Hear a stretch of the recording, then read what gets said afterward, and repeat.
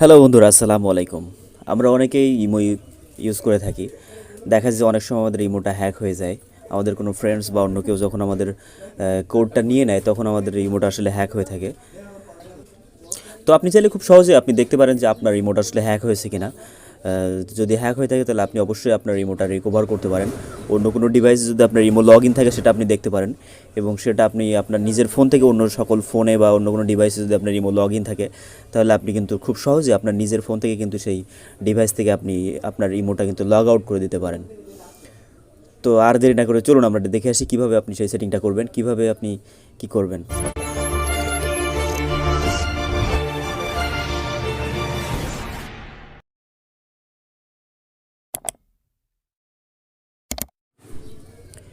তো আপনার imo hack হয়েছে কিনা বা আপনার ইমো অন্য কোনো ডিভাইসে বা অন্য কোনো ফোনে লগ ইন আছে কিনা, সেটা জানার জন্য আপনাকে প্রথমে ইমোতে প্রবেশ করতে হবে।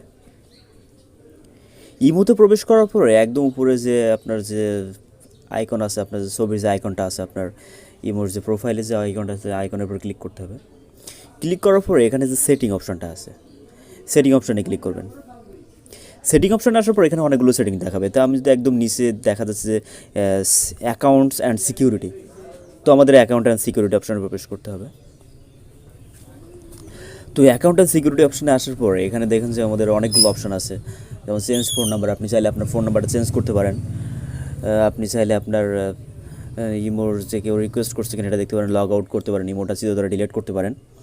তো এখানে আমরা যেটা করবো, আমরা আসলে আমাদের আইডিটা হ্যাক হয়েছে কিনা বা আমাদের আইডিটা অন্য কোনো ফোনের লগ ইন আছে কিনা সেটা জানার জন্য আমাদের যেখানে ম্যানেজ ডিভাইস যে অপশনটা আছে, আমাদের ম্যানেজ ডিভাইসে ক্লিক করতে হবে।